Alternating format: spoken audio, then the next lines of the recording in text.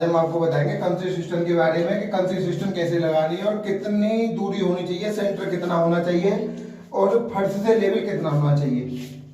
सबसे पहले फर्श से और नीचे वाले बैंड की दूरी 7.5 इंची होनी चाहिए और उससे बिल्कुल बीच सेंटर हमारा 10 इंची होना चाहिए। उसके बाद में फिर जो सिस्टम और जो बैंड है हमारी एल्बो है उसकी दूरी कितनी होनी चाहिए, कम से कम 2.5 इंची होनी चाहिए, 2.5 से 2.25 इंची होनी चाहिए। ये जो दूरी दिख रही है हमारी ये 2.5 इंची पर है, ठीक है। उसके बाद में ये हमने स्क्रू मार के ये सिस्टम फिट किया हुआ है, सिस्टम लगेगी यहाँ पे, ये कनेक्शन है जिससे पानी आने वाला है, ये कंसील्ड है हमारी, जैसे अगर आगे चल के कोई भी प्रॉब्लम आती है हमारी तो हम यहाँ से बंद करके सिस्टम में प्रॉपर काम कर सकते हैं, ठीक है।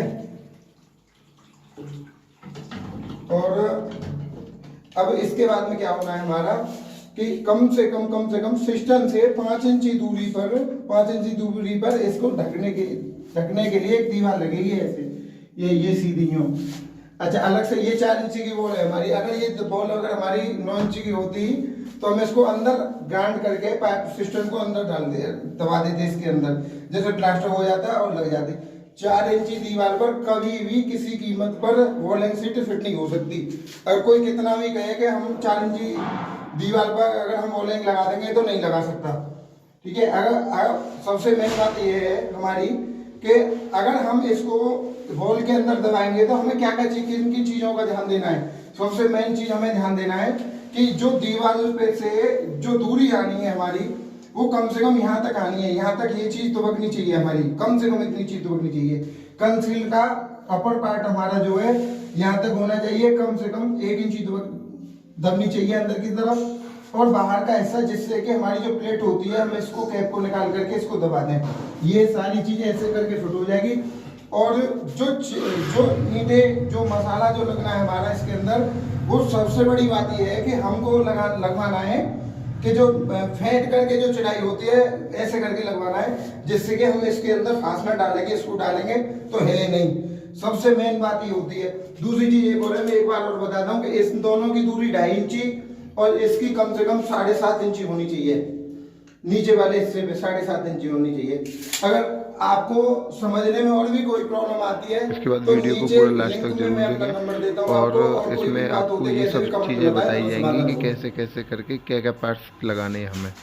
बाकी आप चल देखते हैं। ये हमने ऊपर वाला बॉक्स लगा दिया है और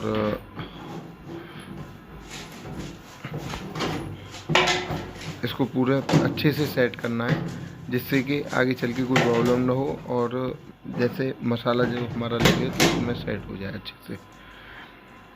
इसके बाद ये ऊपर वाला जो पार्ट है इसमें हम टेफ्लॉन टेप लगा करके इसमें एक FTA लगा देंगे। अभी टेप लगेगी उसके बाद मैं आपको बताता हूँ।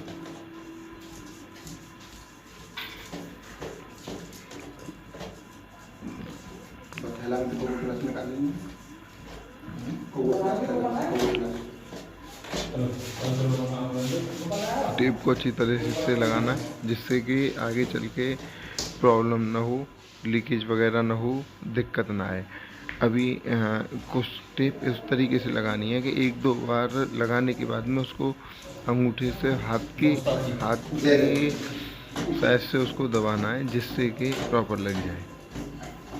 अगर डिस्टेंस कम है, ऊपर की हाइट कम है तो उसमें हम ब्रास की एल्बो भी लगा सकते हैं, और अगर नहीं तो अगर उसमें FT लगा करके अलग से एल्बो लगाओगे तो वो ज़्यादा बेटर रहेगा, क्योंकि हम कसने के बाद में उस FTO को आगे चल के प्रॉब्लम नहीं आनी चाहिए और नीचे घूमनी नहीं चाहिए, वो हमारी FT है।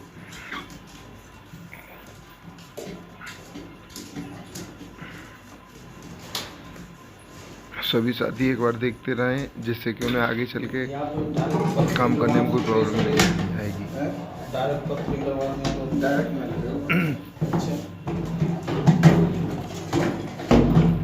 और ये FT लगाई है। नॉर्मल भाषा में इसको कौवा प्लास बोलते हैं, नॉक प्लास बोलते हैं, जिसको जैसे बोलना है वो बोलता रहे। उसको अपने हाथ से इतना कसना है कि नीचे वाला जो हमारा पार्ट है वो घूमे नहीं, अपने तरीके से, ज़्यादा नहीं, नॉर्मली हल्का हल्का। जिससे कि आगे चल के आपको कोई भी प्रॉब्लम नहीं आए। ठीक है, अब इस ढक्कन को एक बार और अच्छे तरीके से देख लें, सीधा है, टेढ़ा है, उल्टा है, कैसा है, कैसे नहीं, जैसे है। ठीक है, दवाई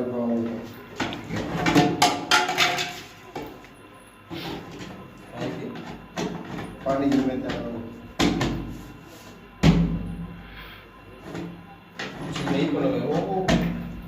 ये प्रॉपर पार्ट होता है। इसमें 1 2 3 4 ऑप्शन होते हैं जिनको हम प्रॉपर तरीके से लगाते हैं। ठीक है, अब ये हो गया हमारा नीचे वाला वेंट जो सीट में के अंदर जो जाएगा। ठीक है, इसको अच्छी तरीके से फंसा लें, एक बार खोल के और देख लें, क्योंकि ये बार बार खुलता नहीं है और दिक्कत आती है। ठीक है, एक बार कसते हैं नहीं, और इसको दोबारा बारसल अच्छे से लगा करके एक बार इसको कस दें। और नीचे जैसे आप डार्ट लगाते हो, प्लग लगाते हो, ऐसे करके एक ऑप्शन आता है ब्लैक कलर का, उसको हम इसके अंदर लगाते हैं जिससे कि आपको प्रॉब्लम हो। एक सिंगल बंदा इसको अगर अपने बेस पे रखना चाहे तो उसको सेट कर सकता है। आपको दिखाई दे रहा होगा कि सिर्फ सिंगल ही बंदा काम करता है। अच्छा, इसमें हमने गलती की है कि अभी जो फास्टनर जो लगेंगे हमारे, वो ब्रैकेट नहीं लगाएं। अभी ब्रैकेट लगाएंगे इसके ऊपर, फिर उसके बाद फिर दोबारा दीवार पे लगाएंगे। तो ब्रैकेट की एक बार देख लें कैसे कैसे करके लगाने। ब्रैकेट पीछे निशान होता है, ज़्यादातर कोशिश करें कि सेरा का लगाएं। हर एक सिस्टम का अपना अपना वजूद होता है। सेरा का कैसे भी लगता है, और जैकवार का अलग तरीके से लगता है, कोलर का अलग तरीके से लगता है, सोमानी का अलग तरीके से लगता है। जितनी भी ब्रांडें आती हैं टोटल ही अपने अपने तरीके से लगती हैं। ऐसा नहीं है कि सेरा का एक अलग सिस्टम है, सोमानी का अलग सिस्टम है। ठीक है, अभी हमने ये लगा लिया। लगाने के बाद में इसको, हाँ, एक चीज़ और देखनी है कि ये जो ब्लैक कलर का जो दिखाई दे रहा है आपको, इसको प्रॉपर तरीके से अच्छे तरीके से लगाना है जिससे चल के आगे आपको कोई प्रॉब्लम नहीं आए। अच्छा, ये सेट करने के बाद में एक बार फीते से दोबारा देख लें जिससे कि नाप जो है हमारी प्रॉपर ढाई इंची रहे और दिक्कत नहीं आए उसमें।